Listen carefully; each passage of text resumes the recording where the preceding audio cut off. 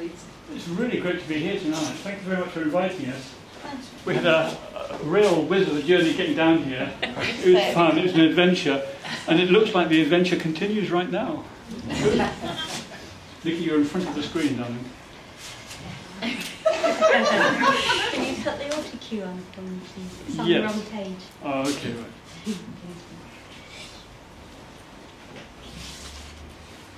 Okay, Living Time Machine.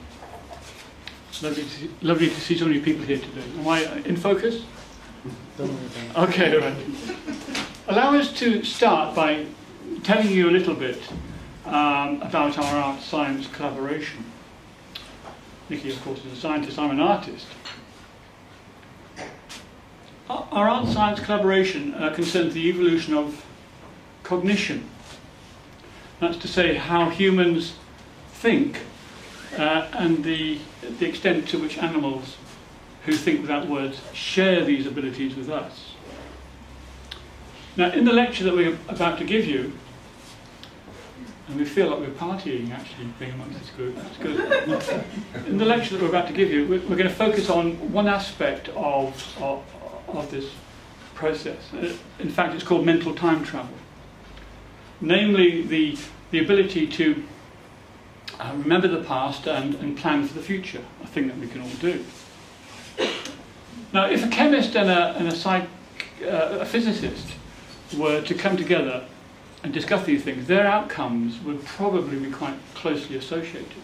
But when an artist and a scientist come together, because the two boxes that we inhabit are culturally quite far apart in a sense, the chances are that any point of contact that we're going to discover are going to be very significant. So for both of us, it's a question of learning how to look at the worlds that we take for granted in a new way. A scientist from an artist's point of view, and an artist from a scientist's point of view. Are we indeed very different? And in order to show you something of the wonder that we manage to create for ourselves in the work that we do together, allow me to show you this. Can I step across you, darling? Of course. I'm going to wait for the cameraman to get this right. It's a shame to miss this. I have here a little box, a little red box. I think you can see this. And inside my little red box, there's actually a black box. This is the black box that's inside the red box. And if I was to show you what's actually inside the black box, I think you'd see that it's actually a little red ball. And that's how it should be. Because whichever box is in the middle has the little ball in it. So for example, if I take the red box, I close that up, and I put it inside the smaller black box. You know what's going on, don't you? It only works because, if what I say is true, inside the red box, there is a little ball. Oh. No, can't be. Okay, and if what I say is true, you know, we can go on all evening doing this, but we probably haven't got time. If I take the bigger black box and I put it inside the smaller red box, like so, if what I say is true, then in actual fact inside the little black box there will be a little ball. I thank you very much.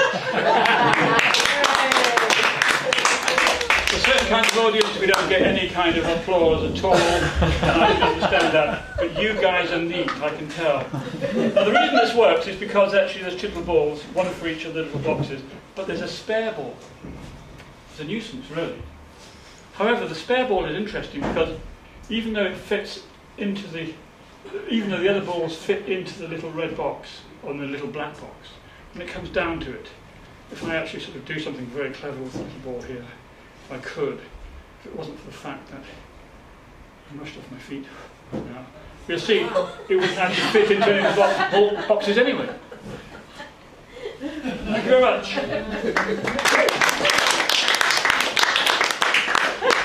Now, what are we telling you? What we're telling you at the very beginning of this lecture tonight is that what you think you see is not necessarily an accurate reflection of what has actually happened. How could it be?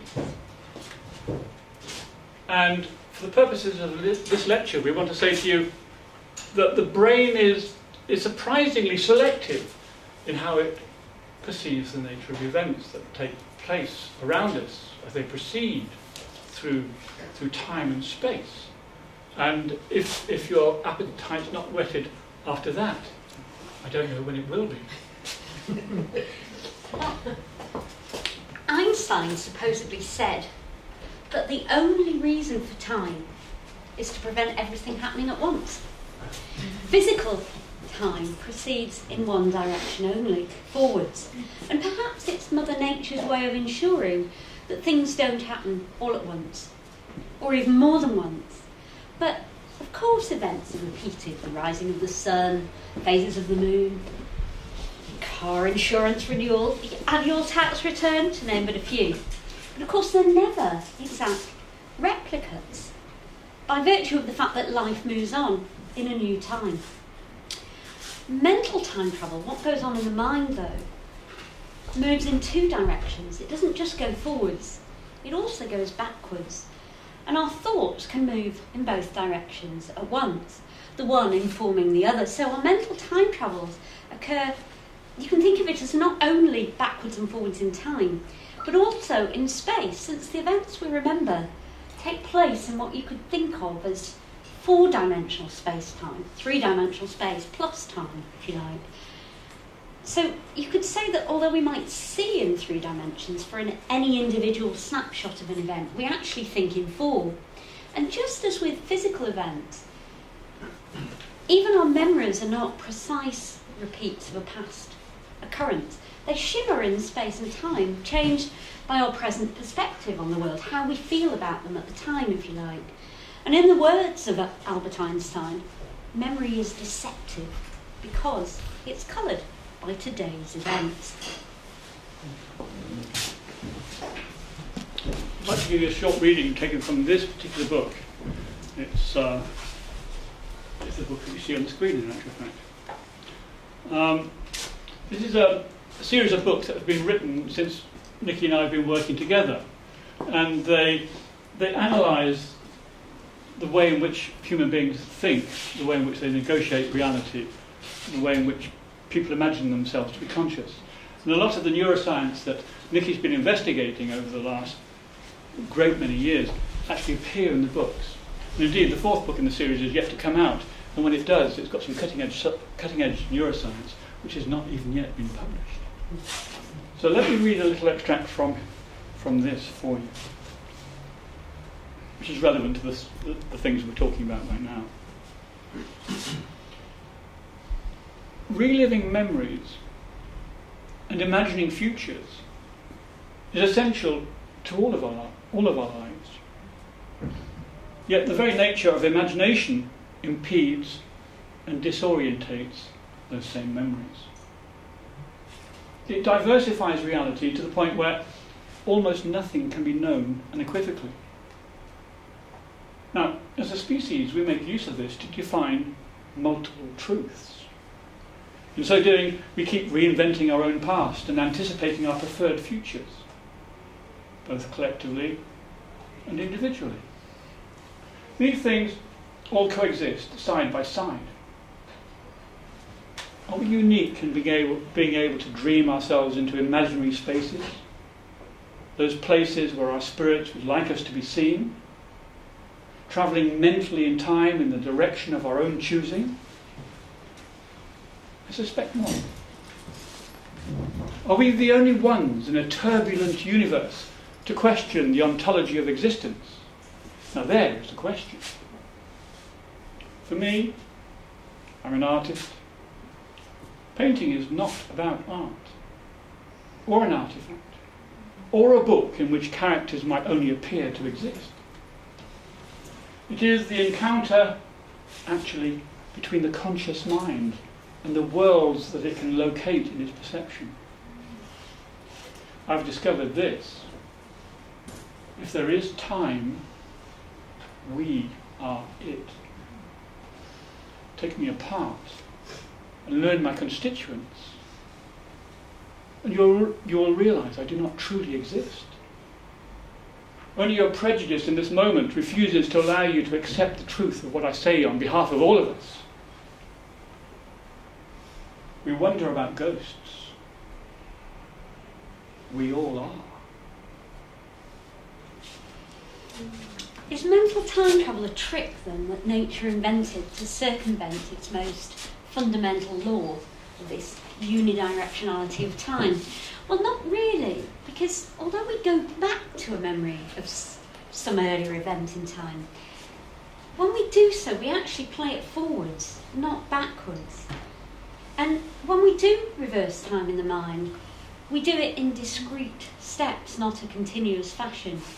And as Mike Corbelis has pointed out in his uni-published book, The Wandering Mind, although people can count backwards, they do so hesitantly. And each number is always repeated forwards, not backwards. And we can't even begin to imagine how they sound backwards.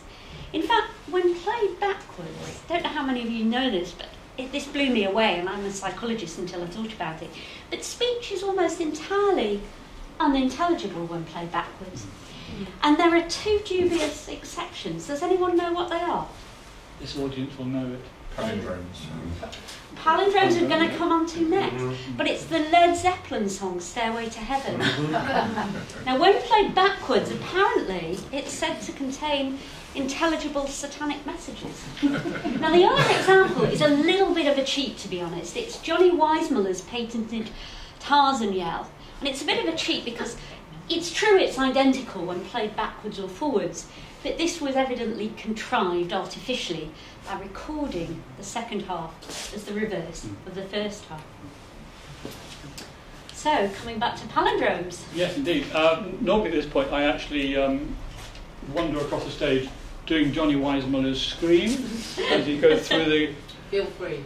Well, we tried it a number of times and it's pathetic, so we allow you to imagine it, okay? It was a good moment, wasn't it? But indeed, what about palindromes, as you mentioned yourself, sir? Palindromes, of course, are words that are the same forwards and backwards. And indeed, here's one example of a palindrome crossword. Now, one can imagine that in principle we read the words backwards. But do we ever? In truth, we're only glimpsing the concept without ever really confronting its potential, its true potential. We don't think that deeply about it. Interestingly, brain imaging studies show that imagining past and future episodes both activate a common network in the brain. Now, this is perhaps not surprising, since our ability to imagine a future event, depends heavily on our memory for events in the past. It could be that both imagining the future and thinking about the past are the same event. Absolutely, because how can you ever place your future self in a time and space without some kind of reference to what's gone before? Otherwise you've got no measurement, no rubric. And indeed, cognitive neuroscientists argue that the primary function of memory is not to be a repository of what happened in the past. It's actually not very good for memory, but rather it evolved to support our ability to conjecture and imagine what the future may hold. And so in doing so, it's brilliant at allowing us to anticipate a number of alternative scenarios. And in most cases, of course, an imagined future event is a recombination of things we know about from our past. And then we introduce new elements, new combinations. Just as we do, in fact, when we revisit our memories, we change them ever so slightly each time we revisit them. Very much aware that time and our emotions and the context in which we find ourselves actually alter the way in which we evaluate the thoughts. It's so much more than just a bunch of facts about what happened in the past. Can you hear us at the back? All right. If you can't, put up your hand and we'll try and speak louder. Here's another reading taken from one of the Mustachio books, the books that Nikki and I have put together since we've been working. And this one talks about the relativity of time. Yet further, and a wakeful man, aware of time, wears 2 watches. One watch is stopped, and another is wrong. One is correct twice a day, and the other never is. He sits in a chair facing the wall, whilst thinking of growing a moustache that will look like the hands on the clock before him. His alarm clock has not been set, although it should have been, had he remembered, and he might have to live forever because of this anomaly. The clock behind him has one hand missing. The remaining one has been bent outwards and points into the room like an index finger, making a circular accusation against him and all before it. Not one clock or watch in this room or even in the entire building, and the closest analysis has exactly the same time on its face. No 2 people see the same reality. They can only choose to agree aspects of a shared one. The man who is aware of time knows all this. The wallpaper has been hung back to front, placing the entire world in a state of interior around the man, around the room. It's interesting, isn't it? But as a species, we humans are obsessed with time. We record it in units that range from nanoseconds to eons. We're relentlessly driven by clocks, timetables, appointments, dates, deadlines, anniversaries, iPhone alarms, reminders. The understanding of time, of course, leads to the awareness of death underlying the grief we feel when a friend or a family member dies, and of course leading to our own fear of oblivion that follows when we ourselves perish. And understanding of death is certainly a seed for religions that proclaim life after death and the notion of a spirit that transcends the physical world. But we're even gaining increasing understanding of what happened at the origin of the universe itself, and a fear of what will happen some 7.5 billion years from now, when the sun will grow so big that it will likely subsume the earth. Our extraordinary obsession with time almost certainly exceeds the proclivities of non-human species, but perhaps only in complexity, not in kind. Might there be a benefit to living time anchored to the present? It's certainly true that the inventions of both language and scientific recording instruments have fed into our communal understanding of how time works, and indeed enabled us to explore the passage of time as comprehensively as we explore space itself. But the extent to which language is responsible for mental time travel itself remains a matter of some speculation amongst most commentators. It is in fact more than likely that mental time travel itself is responsible for language, rather than it being the other way around. For it's the telling of stories, perhaps, which lies very much at the core of our humanity, and has done since the beginning of time. We see this in all our histories everywhere. And the invention of language, of course, allows us to do this in precisely the same way. In person, on the page, or even during the course of this lecture.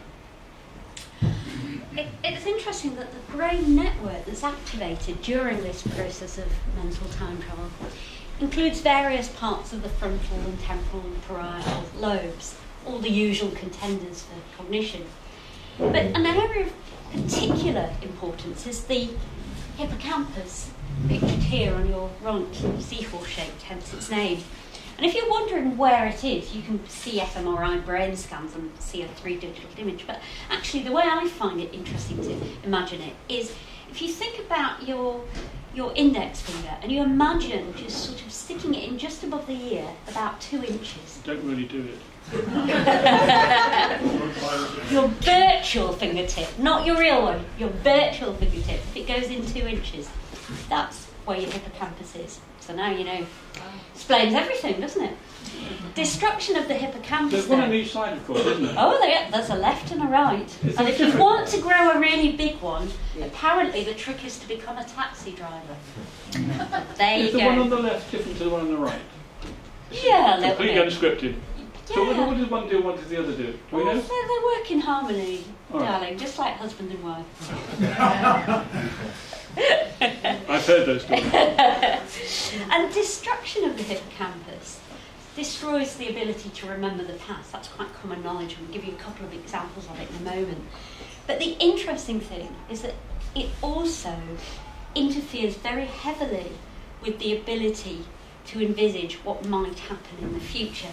Now, the classic example that you've probably all heard about is a chap called H.M., Henry Molaison. How many people have heard of Henry Molaison? Yeah, there was a television programme about it, wasn't there? Yeah, maybe, yeah. H.M. he was called in those days, because he was still... No, he'd only just died at the time. That's right. They only reveal the actual name. While they're still alive, it's only by initials, and then they reveal the name after the passing. And in his case, the hippocampus was surgically removed in an attempt to control his terrible epilepsy. And his plight is actually captured in this book here, Permanent Present Tense, by Sue Corkin. And she spent much of her research career in the States investigating Henry's memory and came to know him well. And of course the sad thing is because of his memory loss, he never got to know her well. Although with curious insight, he once remarked of his relationship with Corkin, "It's a funny thing. You just live and learn. I'm living and you're learning."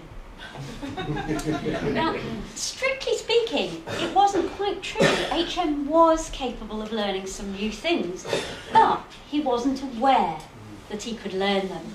And the classic example was mirror writing, where he was actually trained over 5 days to be able to do the mirror writing. And he wasn't aware that he could do it, and yet he improved each day. So his body was learning, even if his mind wasn't aware that he was learning, if you like. And yet little aspects pervaded his consciousness, even so. And so actually by the 5th day, he made the interesting comment, "Well, this is strange. I thought this will be difficult, but it seems as though I've done it quite well." Now, there are, in fact, a number of activities that we all perform as healthy human beings with healthy memories that we do, even so we have great memories, we perform quite successfully without having much awareness of the memories, without, if you like, using much thought at all.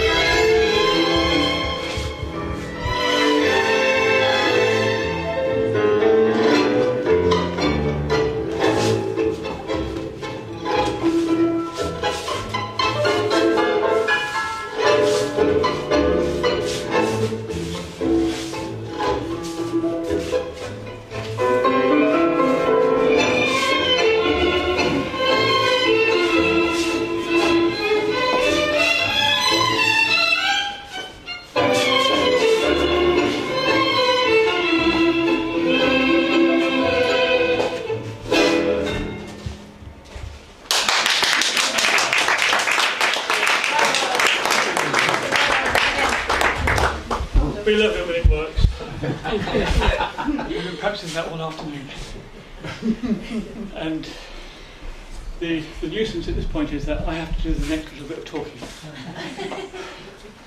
Last night. Wasn't she good? All right, anyway, just like the mirror writing that we were talking about earlier, there's a real aspect to tango that relies on procedural memories, or muscle memories if you like. But of course, when used as an art form, the muscle memory, the procedural memory is simply a bedrock on top of which the art form can take place as a dance. And at that point, the activity becomes a creative tool, a way of exploring our environment, the worlds that are around us. It becomes meaningful to the practitioners, indeed even meaningful to the people that watched, because it gives us an indicator of how we might actually move into our own spheres or the world around us. And of course it requires mental time travel to be potent and to have a meaning beyond itself as well. It's quite interesting how body memory and this awareness of memory interacts. And to illustrate that, we want to consider another case. Have any of you heard of the eminent English musician Clive Wilkins, who studied at Clare College? It's a very interesting case, I think. It's not been scientifically nearly so well documented, in part, I think, because they don't yet know all the areas of the brain that have been damaged. So if you're looking at it as a case study of when only the hippocampus is damaged, it's probably not a good one. But if you're looking into it in terms of this interplay between body memory and mental time travel, and the kind of stages that you would go through if you were to lose your memory, it's absolutely fascinating. So what happened in Clive Wilkins' case was that his hippocampus was irrevocably damaged as a result of a viral infection. It's the herpes simplex that gives you a cold sore, but if it crosses the blood-brain barrier, it's really bad news. And there was a couple of programmes about him over 20 years ago called The Man with the 7-Second Memory. Now, it's probably an exaggeration. On a good day, you can remember 30 seconds, all right? But still, you can imagine the difference between 7 seconds and 30 seconds. It's still what you would imagine is... And that was his total reality. 30 seconds at most. So, without a permanent marker of the past, of course, the present has no anchor. It's just a series of thoughts that pass by on the tide and float away. And I'll just give you a little snippet of this. If you're interested, you can get access to some of these clips on YouTube. So this is what he looks like, and if you Google the man with the 7-second memory, it'll come up. And he was a very famous musician and conductor. And here's a little clip of quite early on after the first devastation. Look how we got here. No. You don't remember sitting down? No. I reckon we'll give you about 2 minutes at least. No. Mine as I started working now, all I've seen the whole time I've been sitting in with all is that. And do you feel absolutely normal? Not absolutely normal, no. Completely, I'm completely confused. Confused? Yes. You've never eaten anything, never tasted anything, never touched anything, never smelled anything. What about you similar line? But you are? Well, apparently, yes.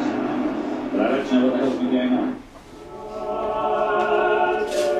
So, shocking, because as you can tell, very high IQ, very eloquent ability to express his thoughts, and yet no access to his memory, at least his mental time travel system. And note how he records time and uses it in the absence of memory to position himself and his thoughts.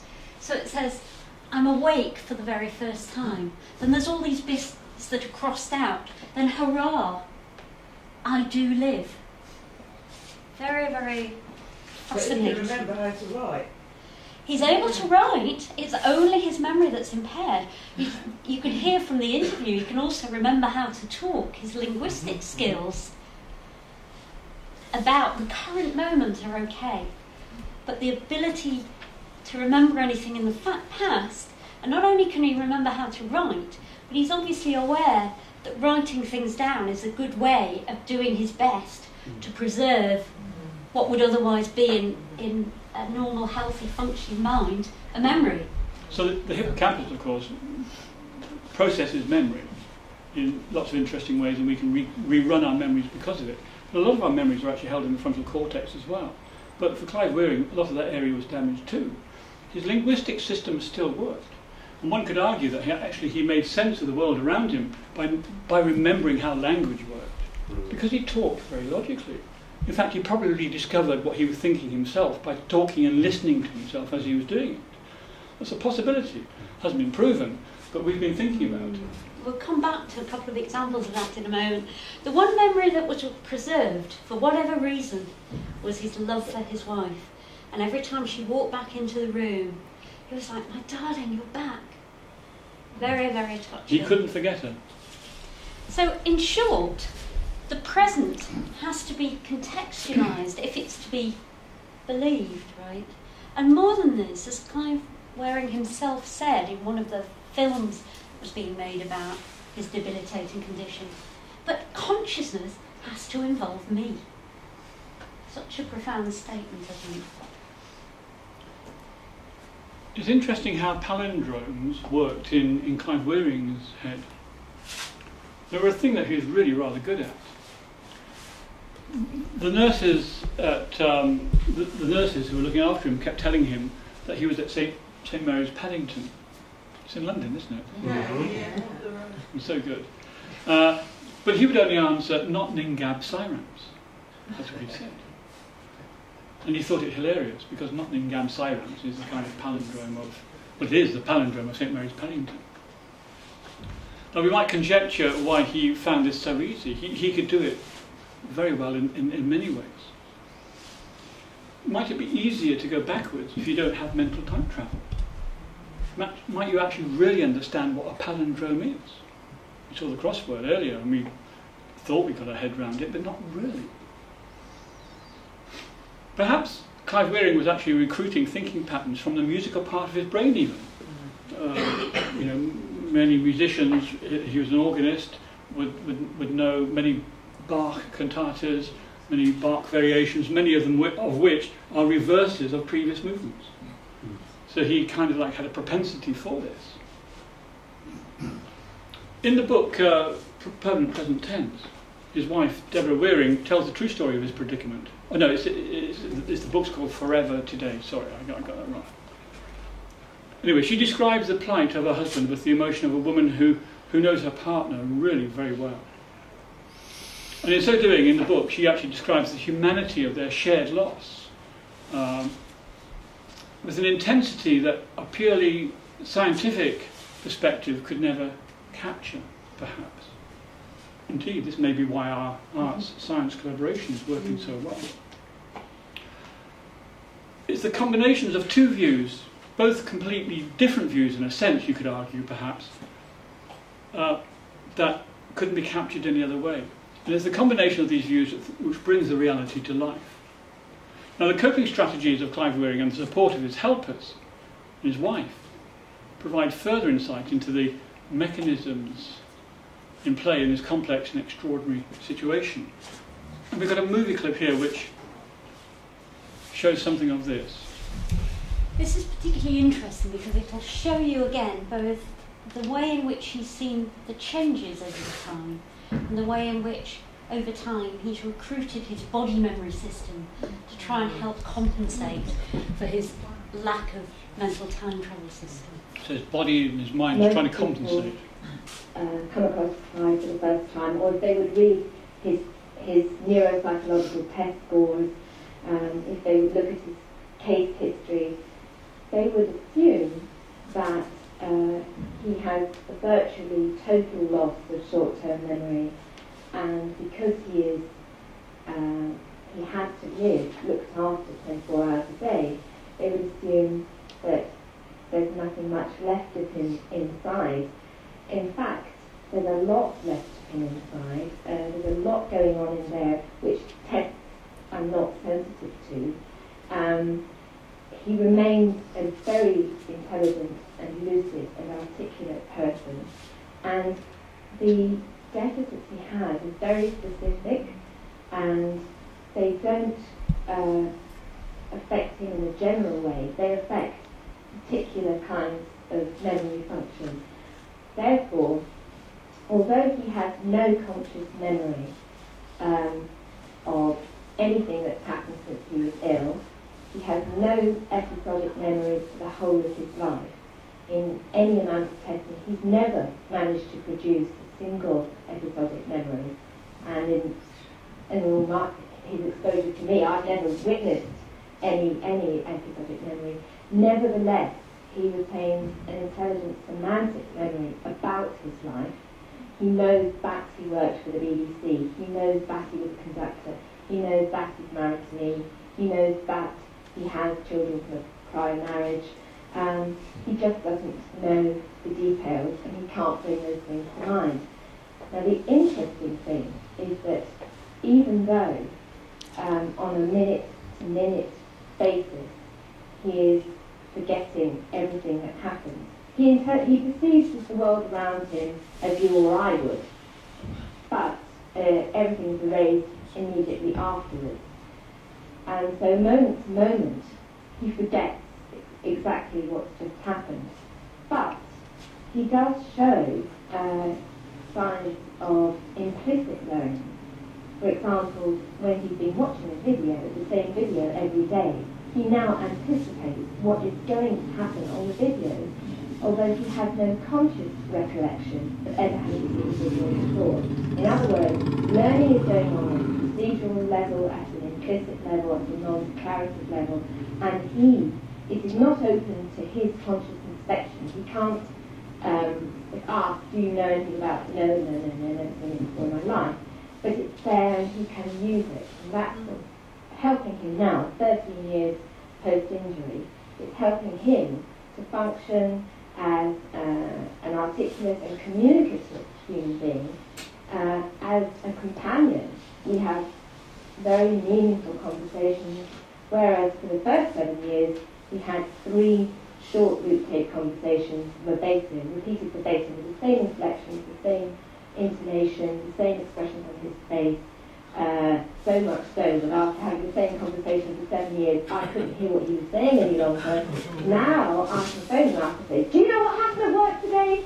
And I can have a very ordinary conversation, and he responds, he listens, he follows the train of thought, and he gives me really good advice. Amazing, isn't it? Allow us to give you a couple of examples of Clive Wearing's reality. In fact, we'd like to act them out for you right now. Okay, so there's a consultant neuropsychologist at Charing Cross Hospital, and she's investigating Clive's memory. And she asks him, and no coincidence, he's also called Clive, to think of all the words he could remember beginning with S. Yes. Right, you've got 1 minute. She's clicked her stopwatch. Okay, this is easy. Superb, sausage, sandwich, silly, sausage, sausage, superb, sausage, Sunday, sandwich, sausage. The next test was to name animals. So, Clive, all the animals you can think of beginning with 60, with S, you've got 60 seconds. She clicked a stopwatch. 60? She stopped a stopwatch. Animals, Clive, beginning with S. Oh, animals, right, okay. A snake, snake, and then he, sorry, what did somebody say? Spider. Spider. Well, it could be the case, but then he paused for a bit after having said snake twice, and then his face lit up, and he said, "Sausage dog." Triumphantly. There's another very, very good thing, interesting thing, where in actual fact he had a chocolate in his hand. Now this would work for all of us. You can really imagine this. So he had chocolate in his hand, right?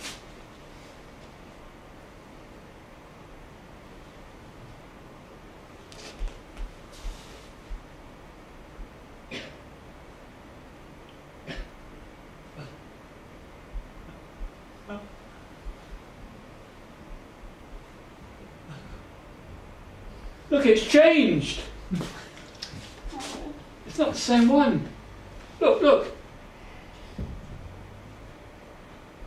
It's different. How do they do that? That was the speed of darkness covering his mind, so his hand repeatedly arose to reveal what he believed to be chocolate he'd never seen before. And here's an analogous situation. It's interesting how our experience of what we think we see can override everything else. We saw it with the magic effect earlier on.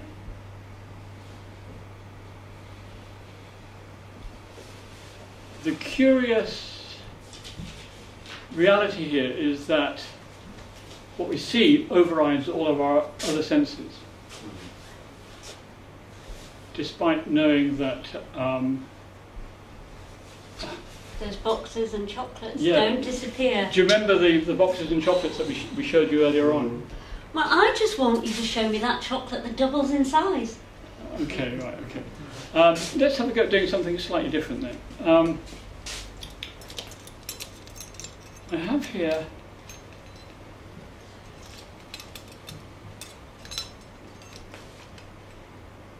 a spoon.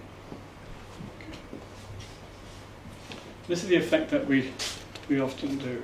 In fact, we often do this. We actually take a big box around with us, and Nikki gets inside the box. And we do this amazing effect. Now, we haven't managed to bring the box with us tonight, so we're going to do the cheap way of doing this, using an envelope and the spoon. In a sense, the spoon is my long-legged magician's assistant, as I'm sure you can see. So what I actually do here is I take the spoon, and it goes inside a little box like this. It's not really a little box, is it? It's actually something more than that, really. It's an envelope. And I suppose I could do it this way. Whilst actually Nikki's inside the box, and long-legged assistant's only got one leg, but never mind. What we can actually do is take the knife. This is what magicians do, David Copperfield and David Blaine, people like that. And we take the knife and it actually goes straight through.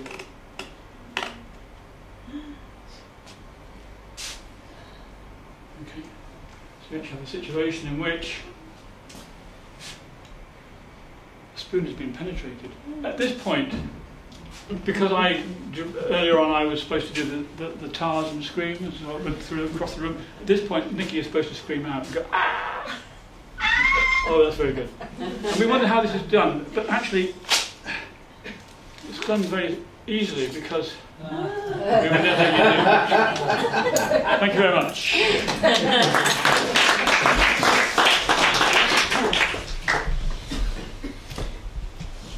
So again, the way in which the brain can be deceived by the moment that we're in, we think we're actually knowing what's going on, but do we ever? Yeah, it's interesting, isn't it? Because of course, what the brain records it seeing and what it actually sees are quite different things. Yeah. What we see overrides our other senses, despite knowing that the balls and chocolates, for example, don't just disappear or double in size, as we saw at the very beginning. And spoons don't turn into forks normally, but you appear to see that. It's interesting also because if you think about the cognitive neuroscience underlying all this, brain imaging studies show that in the normal functioning adult human brain, imagined events can also be later recorded as though they actually happened. So it's as if our plans become entangled within our memories, even if they haven't actually been memories we've genuinely witnessed ourselves. So it's as if the brain has difficulty distinguishing what actually happened from what it just imagined might happen. And dreams too, of course, are sometimes confused with reality. And this process, and you can think of it as mind wandering, hence the name of Mike Corbelis's book that I mentioned earlier, is great for creativity, and it provides an important window into our understanding of mental time travel, as we can see in the next extract. Again, from one of the books that Nikki and I have put together for our collaboration. Sleeping is sublime. so important, so beautifully decadent, dissolute and luxurious. It's where fragrant waywardness in the form of a distant dream materialises, to lie, laying itself blissfully alongside the empty sleeper. Half-conscious, devoid of meaning, both the dreamer and the dream share a bridge between that one place and this other, as if one might suppose thinking were taking place. But not really. It's not thinking at all. It's where time can be used to muse as if thinking. All the while the dreamer imagines they listen, unaware that in truth they wander idly, soporifically, generating thoughts and lazy observations that are not willfully willed. These are no more than absent-minded, cascading, sweet nothings, pressed into involuntary being, an opportunistic meaning, saying absolutely nothing of real use or intent. I'm listening to myself as if interested even now, to hear the inner dialogue and wonder if, in my mind's eye, whether any of this sputum contains more than I realise or expect. Speaking to myself has always been more about listening, but allow me to gracefully move on. In truth, I wonder if my waking life might still be an extension of, or conduit to, the same dreams. I am, as ever, uncertain about the nature of reality. My life, past, present and future, seems to exist in memories of things glimpsed in fleeting dreams. I am, like all of us, an inveterate dreamer. I dream a continuous dream. I only have the dreams I am, and now they have become old dreams, I fear. I've run out of new dream ways to reinvent the dream. Future dreaming is destined to become dream variations on previous dream thoughts and dream ideas. Was it inevitable that I would run out of dreams and finally exhaust dream time? I cling to past dreams since new dreams are hard to find or have been emptied into dream oblivion. Are the dream variations finite that people might dream themselves into? I was only aware of one way to dream in the beginning. It would seem reasonable to suppose dreams provided me with dream keys to my dream secrets, and thereafter the dream doors they opened would become dream realities. What once was a dream quest, however, became real and solid, tactile and definable. It became, as I suspect it does for all of us, morbid. What once flew crashed into an island terra firma. This is sad. Journey's end is not a destination to arrive at, not a pleasant destination to arrive at. There are nevertheless ways of coping with enormous regret, but dreaming about the past perhaps is not one of them. Years pass by, and experiences, myriad moments, and unsummoned influences in various measures impose themselves on the retina and in the memory of living persons. Memories, by virtue of their nature, will seem significant and often support earlier remembrances beyond themselves, or may even support experiences of memories yet to come. Long forgotten thoughts rise up again when the need arises. What a rich tapestry of moments a person becomes over a lifetime. If nothing else, life is poignant. Memories are markers. They can be isolated, but should not be. Intervening times are the real measure. They are stranger and more significant than the memories themselves. I tell myself they are notable and have been important. I tell myself that maybe the intervening times should be cherished more than the memories. The space between two memories is where I remember real life to have taken place, where life was lived unadorned, devoid of flourish, hubris or ostentation. The true complexion of how times pass is to be found here, between two such points within a living memory. The measure can be quantified in easy stages. This was my former self, when young, and then I grew into this. Each ensuing year a stepping stone to the next new self, all individually recalled, but seldom assessed, and often forgotten and lost. A life is the space between one's earliest memory and where you find yourself now. That time that passes. What does it all mean? How does one quantify the significance, the effect or complexion of so many years? Why does it have to make sense? Why do I feel it has to make sense? Beautiful. And the idea of dreams and memories is actually part of the inspiration behind a number of important experiments that have been done to look at mental time travel in animals, and particularly the idea of future planning. And it all started with a chap called Endel Tulving, who's Estonian, although he lives in Toronto in Canada.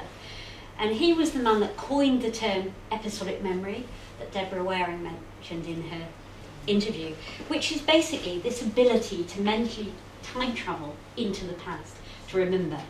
And he made a distinction between remembering the past, which engages this mental time travel system in which you're very much aware that it's your memory and you were there, from just the knowledge of the past, facts about the world. For example, I don't know about you, but I have no idea how I came to acquire the memory that London is the capital of England.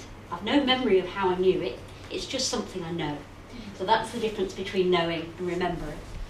And Endel Tulving was interested in whether it might be possible to think of ways of testing young children before languages come fully online, and animals, for whether they could have the same kind of distinction about the future, where the distinction between imagining or pre-remembering the future from simply knowing about it.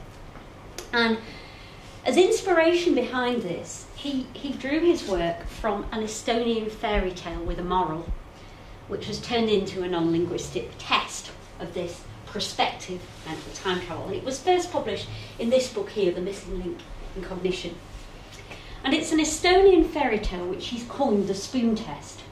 And in this fairy tale, a little girl has a dream. And in the dream she goes to a party where they're serving her favourite dessert, a very special kind of light and fluffy chocolate pudding. But the problem with this is that you could only partake in this chocolate pudding if you brought your own spoon with you. She hadn't. So she went home broken-hearted, no chocolate pudding for her. And what she did was take a spoon from the kitchen drawer and she hid it. She cached it under her pillow so that should she go to another party in the future, she'd be able to take a spoon with her and therefore partake in this beautiful chocolate dessert that she so loved. And the point of this story, from Endel Tulving's perspective as a psychologist, was to say, well, here's in principle a test that you could apply to future planning in young children and animals. Can you, on the basis of a past experience, take action now, when that experience is no longer going on, in order to plan and anticipate for the future? And in fact, it's inspired a number of studies of what's now become known as the spoon test in animals. And here's one example from my own work. This was a film that we made for BBC Two, Inside the Animal Mind, with Chris Packham quite recently. But is this just another example of instinctive behaviour to survive the winter? Or is there something far more complex going on? It's a question that's greatly intrigued Professor Nicola Clayton. She studies western scrub jays, another American corvid, renowned for its caching behaviour. Nikki wanted to discover whether they could do more than just remember where they'd buried food in the past.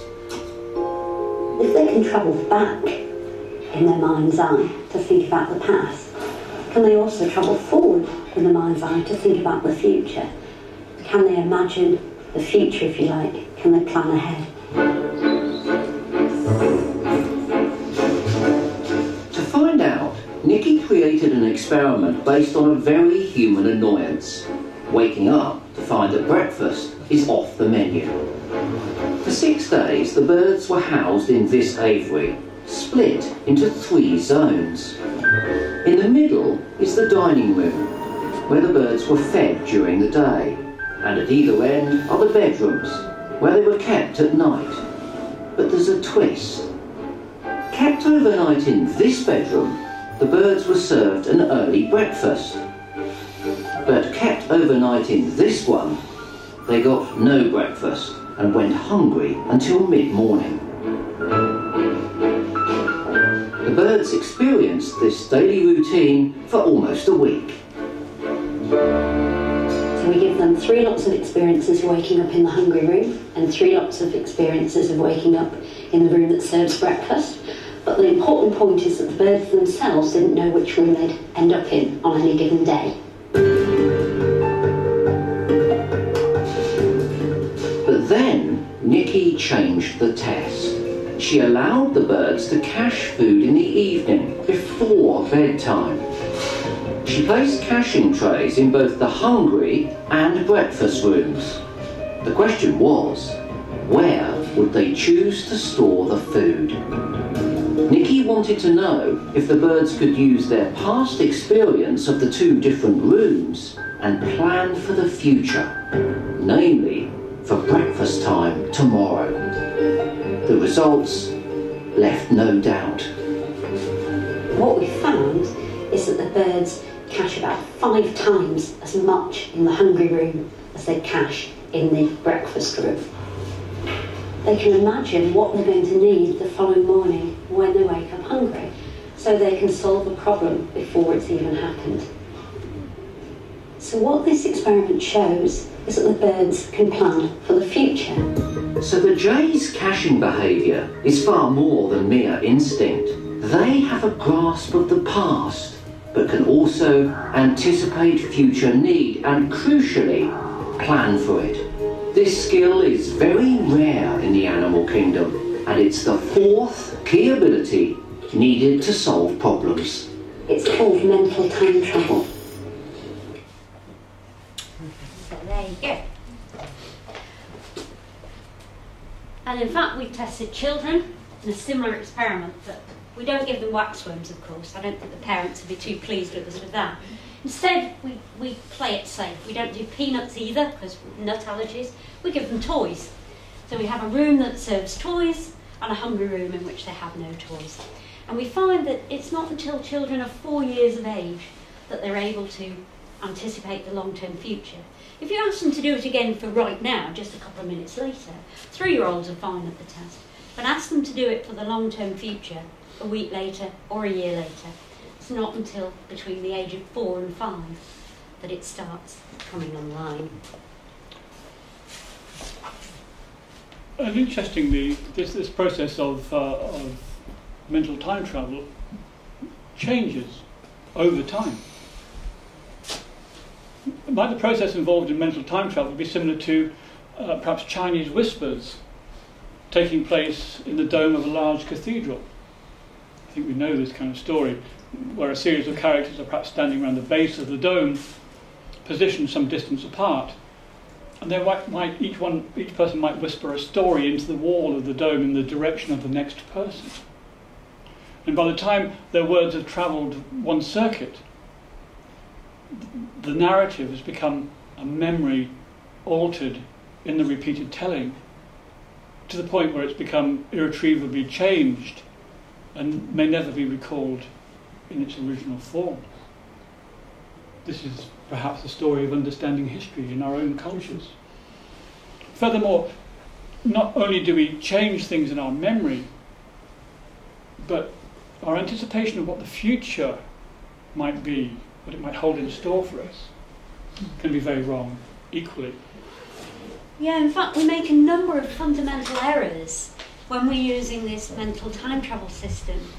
And these mistakes revolve around the fact that Firstly, our memories are not an accurate and reliable record of what happened in the past. We're selective in what we see and what we choose to remember. We focus on those things that are either surprising or have piqued our attention, or both. And we have similar difficulties when we think about what the future self will want. In fact, there's a number of studies that, if you're interested, this is a very good book we could recommend, Daniel Gilbert's book, Stumbling on Happiness, which have shown that we consistently think that what we will want in the future is actually much more like we want right now than it will ever really be. And these errors occur because we overvalue what the current self wants right now. In other words, you can think of it as temporal myopia, a kind of short-sightedness about what we all want in the future. Now, sometimes we can even manipulate these things to our own advantage. We can do it for ourselves quite often, but sometimes the formal state systems around us do it for us. It's a question of changing how we look at things, or how we look at things being changed for us.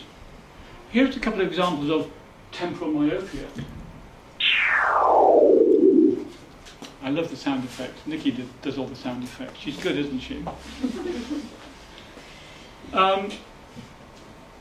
We have the ability to make the commonplace extraordinary. We improve our airports these days. I remember some years ago you'd arrive at some international airport and you'd get into the baggage hall and you'd have to wait ages for your baggage. But we don't do that anymore, do we? Have you noticed? You get to the baggage hall after having come off your long-haul flight and your baggage is there for you, isn't it? It always is. And we wonder how that's happened. Well, one thing is for sure, because it's a long-haul flight, they want to get our circulation going again, so they make us walk 20 minutes to the baggage hall, which gives the baggage handlers plenty of time to get our baggage to the baggage hall. And when we arrive there, we go, oh my God, the world is so efficient. I'm enthralled. I'm delighted by my life. Because in actual fact, the moment has been changed for us. It's a cute kind of magic trick, actually, isn't it, when we think about it? But it goes on all the time. And there's another example, which I particularly like, because I love the sound effects. You're waiting for a lift. You're in Manhattan or somewhere like that. You know, the buildings are quite big there. I don't know if you've noticed. I've seen the pictures. And I remember standing on floor 4 and I was waiting for the lift to come down from the very top of the building to my floor so it could pick me up and take me up. And those lifts, they're very speedy, but they can still take an age to get to where you are. But I didn't notice the time at all because the lift very cleverly has been designed in such a way that it has mirrors on the outside. So I'm checking I'm going to be suitable for when I meet Nikki in the penthouse or whatever. In fact, sometimes I get so carried away before I've even entered the lift. And there's mirrors on the inside of the lift as well for the same reason.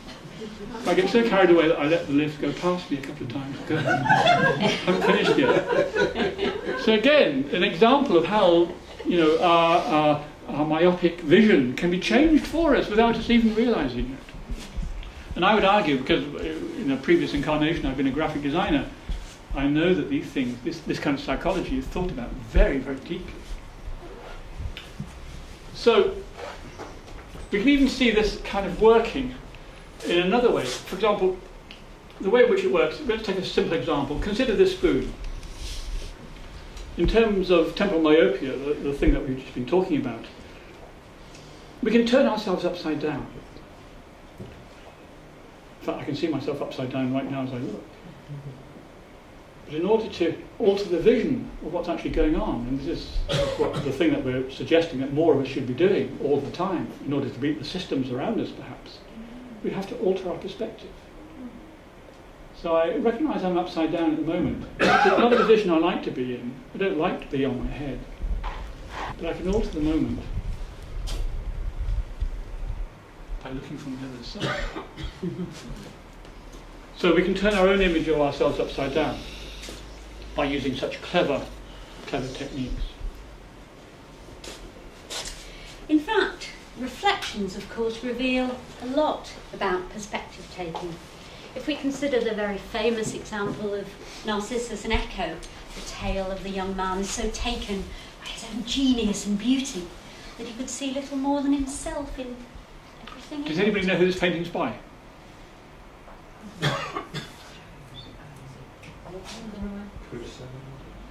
Who said Water? Waterman. Waterhouse. Waterhouse. Keith Waterhouse, yeah. John Keith Waterhouse. Okay.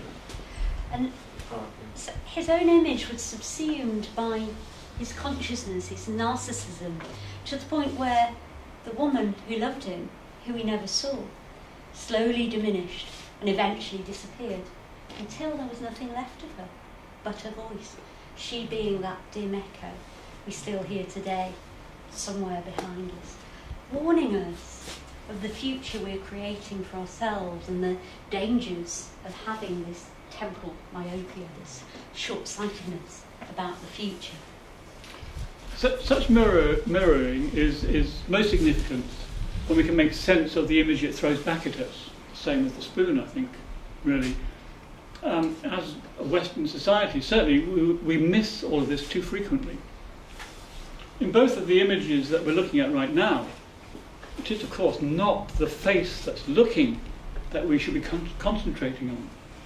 It's the reflection looking back on us that tells us so much more about our condition and where we are. And arriving at the point where we can see more than one thing at the same time might appear confusing, but in truth, handled well, such moments are the springboards for creativity, for new endeavour, for moving societies forward. Take this image of a spoon, for example. The painting is entitled The Enigmatic Spoon. And for many people who've seen this image over the years, the image is confusing. A popular response to the image is, yes, but what does it mean? Well, one thing that we know is that she, the woman in the picture, can see herself the right way up, and for the rest of us, the world appears upside down, thanks to the way that she's holding the spoon. So, is the inference here that she knows something that we don't? And if we're in the mood, can we make sense of the confusion of realities that we see around us? Now, used wisely, this becomes the opportunity to make new connections. In a post-modernist world, this is an important thing that we should be doing. And we should generate alternative explanations to all those things that we too readily take for granted. We don't have to wait for scientists to change it for us, although they're very helpful. Especially when artists and scientists work together. We might wonder how we might actually manage to make new connections and generate alternative explanations to all those things. Why do these things have such potency, we might ask ourselves? Well, most likely it's the result of our need to be storytellers, the very thing that we started off talking about at the very beginning. We are inveterate storytellers. We have a natural propensity to do this. Because we are programmed, I suppose, to be inquisitors of the world around us. Is it that? It's certainly the thing that the mental time travel system gives us. So, in these examples, the spoon has provided a powerful metaphor to capture the key components of mental time travel as we use them to investigate our consciousness and that of other animals. In fact, sometimes we even call this lecture the spoon lecture for that reason.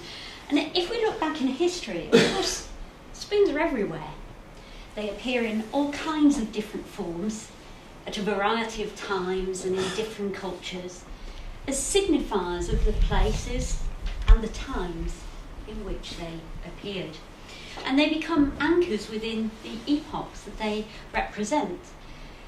Its simplicity, the spoon I mean, has never been surpassed, and perhaps that's the reason why it becomes a fitting token for this lecture. Yeah. I suppose what we're saying here indirectly is that as a species we're obsessed with ownership and collections.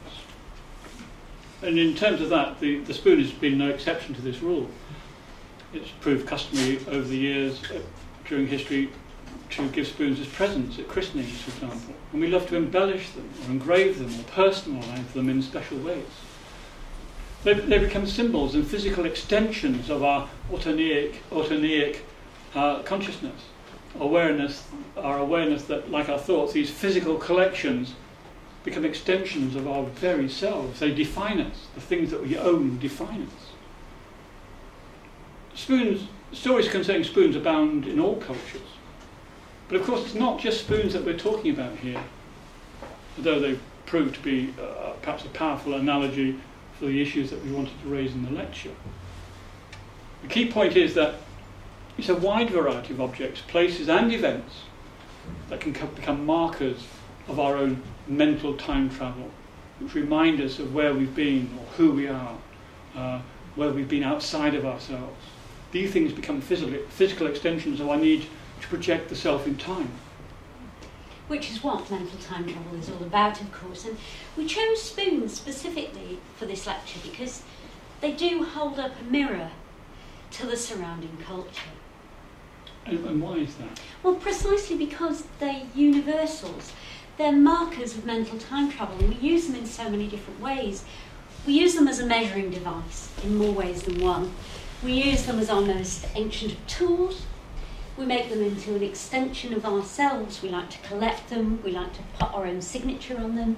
They're a physical expansion of our autonoetic consciousness, our need to make the memories our own, that we're aware that we're authors and owners of them.